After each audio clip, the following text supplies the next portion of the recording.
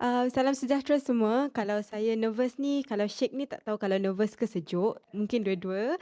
Nama saya Suraya. Saya hari ni rasa amat bertuah, very honoured to be here amongst the guru-guru, Cikgu Osman, Cik Som, Dr. Madia, dan juga all the very esteemed scholars and practitioners that have been shared all their practice and also their life stories from both days. I was here yesterday as well, so has been a very great and insightful 2 days. Really very honoured to be here, Dr. Amin and Kak Wani, for also calling me back.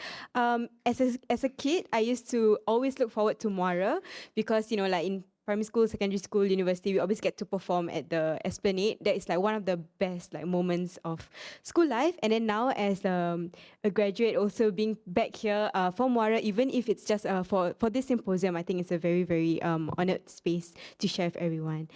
Okay, so I won't be doing like a summary, but more of just my takeaways from both days and see how we can kind of link the conversations from yesterday and today for those who are only here today. I think the conversations we had yesterday is not on its own, and the conversations that we have today is also doesn't stand on its own.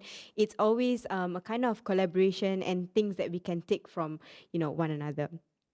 Okay, so before that, let me just draw back to like the overall objective of the symposium. So in the synopsis for this symposium, the objective is to delve further into the diverse Malay dance traditions and practices across the region, examining it from a social cultural perspective and investigating methods for reviving and revitalizing Malay dance practices in the region.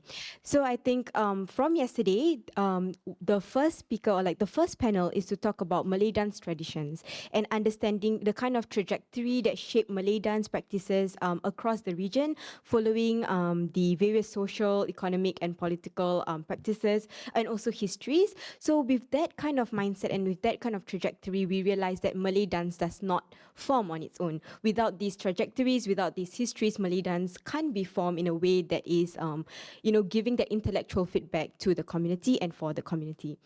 In the second panel, we also realize how research on and for Malay dance is very essential. So for instance, we have research on the pedagogy of Malay dance, how Leban notations or Leban movements can also be used in Malay dance in contemporizing such Malay dance traditional practices, and also research for productions. I think today as well, we realize that behind one project, behind one productions, there's a lot of research. There's also a lot of collaborators and a lot of negotiating with stakeholders.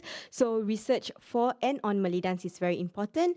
And we also realize that research on Malay dance has to move alongside Malay dance productions as well.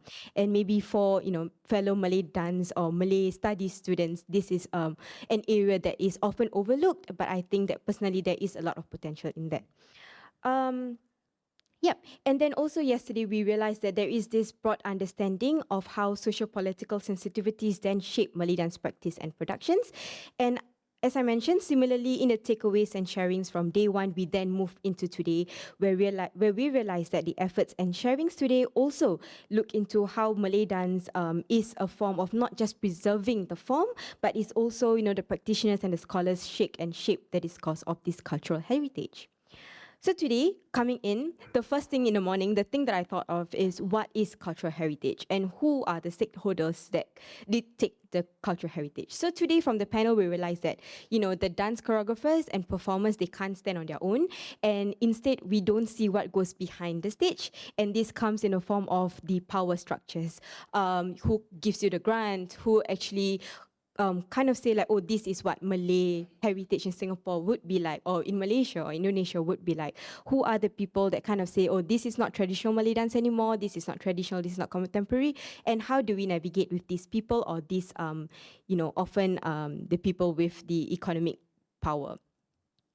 And then today we also, from Dr. Eko, perspective, this morning we realized that there is a lot of decolonization and also how to decolonize dance in a way that we want to put Malay dance in the frontier of the global discourse, but at the same time we do not want Malay dance to be seen as an ethnic performance that is exoticized or to be seen as, like this is only, the backward movement of the certain era. Especially since we know that the traditions in Malay dance, even though as a traditional art form is oftentimes bring together with the contemporary experiences and practices, Malay dance should not only be, a vessel or a vessel in time, but instead a progression movements of the heritage itself.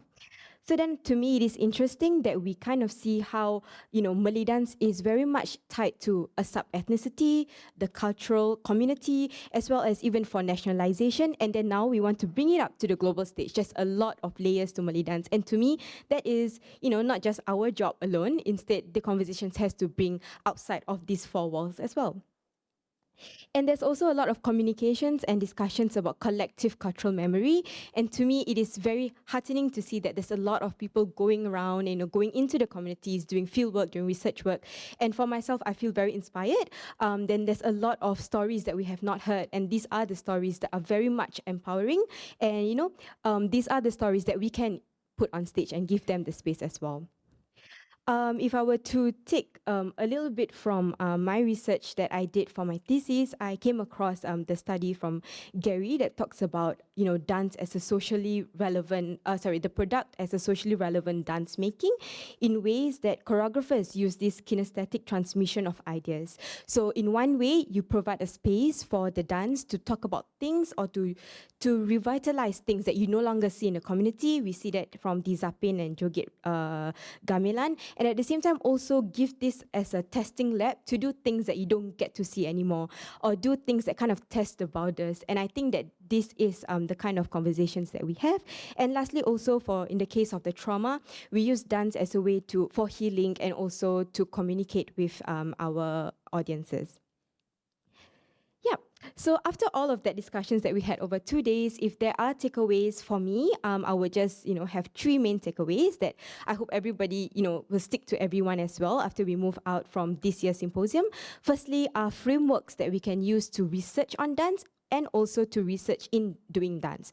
So of course, we have Dr. Eko's 3 Rs, which is revisiting, re-questioning, and reinterpreting. I think this is such a great framework, not just about making dance, but also to do research in any types of research. Yeah, and also we also have, yesterday we have Hafzal's approach in doing dance studies, which is also firstly to approach in terms of ethnographic studies, approaching oral traditions and archives, learning from master teachers, and also looking at social historical context and pedagogy in dance. Yep, and my second point or my second takeaway would be the role of Malay dance, in which I see as providing liminal spaces or third spaces in the sense of providing space and empowerment. It is also a form of soft power in ways that we negotiate power structures in the community by providing certain responses, contestations in a very soft way. Kalau terasa, that kind of vibes, yeah. And then we also have performativity in dance. We also realize that things such as gender that happens in the society is also performed in dance as well. And there's also responses within the contemporary sphere, for example, making things that are uncomfortable on stage, maybe hopefully more comfortable in the community. And I also, I'm very inspired by the way Lynn mentioned about, we are doing contemporary practices, but we are very deeply rooted in traditional roots. And this is something that Cikgu Osman always mentioned to me in Ilsa Tari. So I hold that very deeply as well. And lastly, it's also to see I also believe that social cultural discourse have to move hand in hand with Malay dance studies. So at one point, you have people talking about these are all the social, historical conversations that's happening in the culture. These are the Malay dance productions and projects that we have, but there's not much Malay dance studies that kind of bring it, and kind of put these two together. So I believe that, and I hope that there's more people to take that up as well. And also to be curious, and this has also inspired me to think about more questions about the Malay dance and hopefully, inshallah, do masters or something related to the field. Yeah, so moving forward, I just have 2 questions or just ways that we can think about for maybe the future symposiums, hopefully. Firstly is how do we then cultivate a curious community, because we do have very good and very esteemed practitioners and researchers, but how do we then cultivate the audience and cultivate researchers that kind of take up and shake the discourse along. So in one way, we have co-creations. We have people that collaborate together to do performances. We also, think of how, like Dr. Rosa, have modules in NTUNIE to talk about like Malay performing arts. In Malay studies, we do have one module as well on Malay arts, but that kind of focus more on like tangible arts. So these are perhaps, ways that we can move these conversations into our modules and into our institutions as well. And also how can then we better documentations, how can there be better documentations of symposiums and conversations, and maybe have an archive that kind of link the three countries together.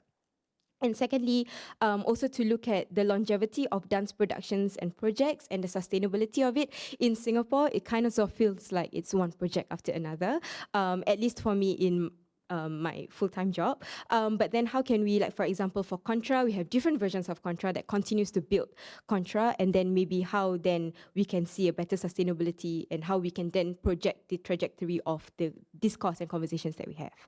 Yep, so that's all from me. I'm very thankful to be here, and thank you so much for your kind attention, and excited for more platforms like Sembang series. Thank you.